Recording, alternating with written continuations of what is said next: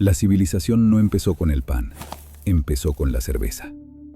Y no es una broma. Es lo que los descubrimientos arqueológicos de los últimos 20 años sugieren cada vez con más seriedad.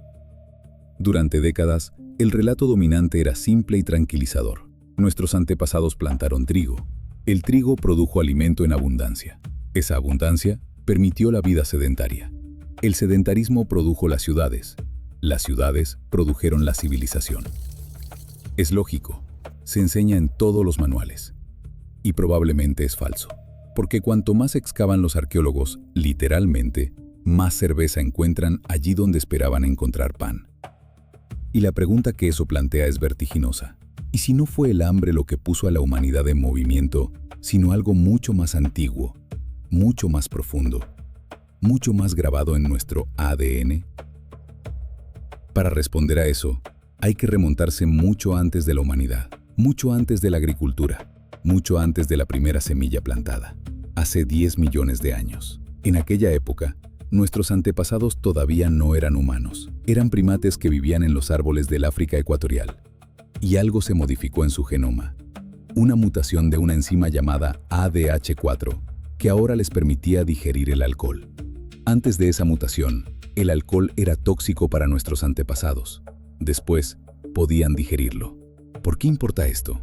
Porque las frutas caídas al suelo fermentan, y las frutas fermentadas no las come nadie más. Demasiado tóxicas para la mayoría de los animales.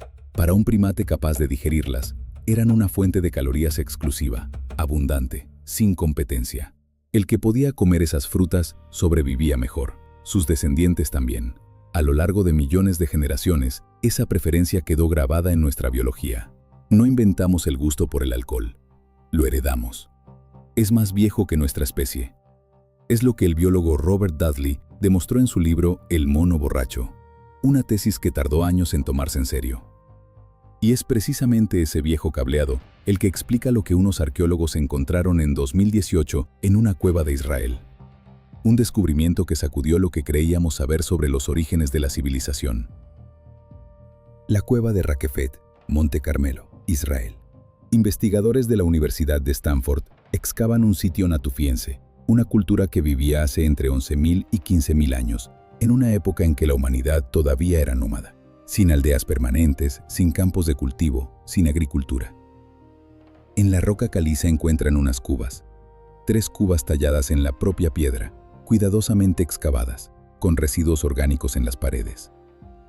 El análisis químico es contundente. Almidón fermentado. Restos de levadura. Cerveza. De 13.000 años de antigüedad. Pero no es solo la antigüedad lo que deja atónitos a los investigadores. Es el contexto. Esas cubas estaban en un cementerio. Los natufienses elaboraban cerveza para sus rituales funerarios. Transportaban cereales a lo largo de distancias considerables. Eran nómadas, recordemos, para preparar esa bebida y ofrecérsela a sus muertos. No para alimentarse, para honrar, para crear un vínculo entre los vivos y los difuntos. No es un gesto de supervivencia, es un gesto de civilización. Y precede a la agricultura por varios milenios. Hay algo más en esta escena que merece que nos detengamos. En un mundo donde los desconocidos podían ser peligrosos, compartir una bebida que había costado días de preparación era quizá una de las primeras señales de confianza entre humanos.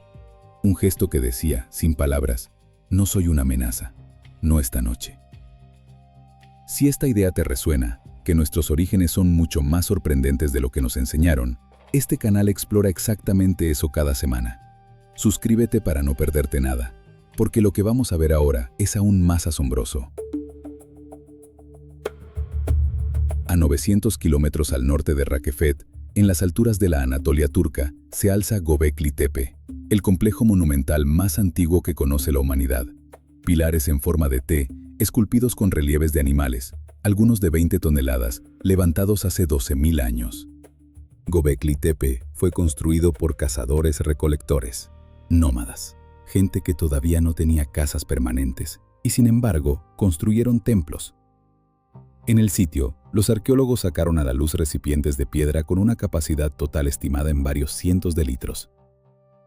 Los análisis revelaron restos de cereales fermentados, cubas de cerveza, en el templo más antiguo del mundo, antes de las casas, antes de los campos. No es una coincidencia, es un patrón. Y si ese patrón se encontrara en el otro extremo del mundo, en una civilización sin ningún contacto con el Medio Oriente, significaría algo mucho más profundo sobre la naturaleza humana. En Jiahu, en el centro de China, hace 9000 años, unas cerámicas revelan una receta sofisticada: arroz fermentado, miel, frutas silvestres. Una mezcla elaborada que supone ensayos, ajustes, una transmisión del conocimiento. No es un hallazgo accidental, es una práctica dominada. Y Jiahu precede por varios siglos a la domesticación completa del arroz en China. Una vez más, la bebida antes que el campo. Rakefet, Göbekli Tepe, Jiahu. 3 continentes, 3 culturas sin contacto entre sí. El mismo patrón. A estas alturas, una pregunta se impone. Una pregunta que los arqueólogos evitaron hacerse durante mucho tiempo porque pone patas arriba todo lo que creíamos saber sobre los orígenes de la agricultura. ¿Y si no fue el hambre lo que empujó a la humanidad a cultivar, sino la sed? Es lo que Patrick McGovern, uno de los mayores especialistas del mundo en bebidas antiguas, defiende desde hace años. El motor principal de la domesticación de los cereales no habría sido la necesidad de pan, sino el deseo de producir bebidas fermentadas en cantidad suficiente para alimentar rituales colectivos. No es un consenso científico. Los investigadores aún debaten. El hambre y la sed probablemente influyeron las dos. Pero la acumulación de pruebas en 3 continentes dibuja una imagen que los manuales todavía no han tenido el valor de integrar. El alcohol no fue un subproducto accidental de la civilización. Quizá fue uno de sus motores. Ahora volvamos a ese viejo cableado del que hablábamos. Esa mutación de hace 10 millones de años. Ese cerebro que asocia el etanol con la recompensa, con la escasez superada, con la supervivencia asegurada. Durante millones de años, ese sistema estuvo perfectamente calibrado.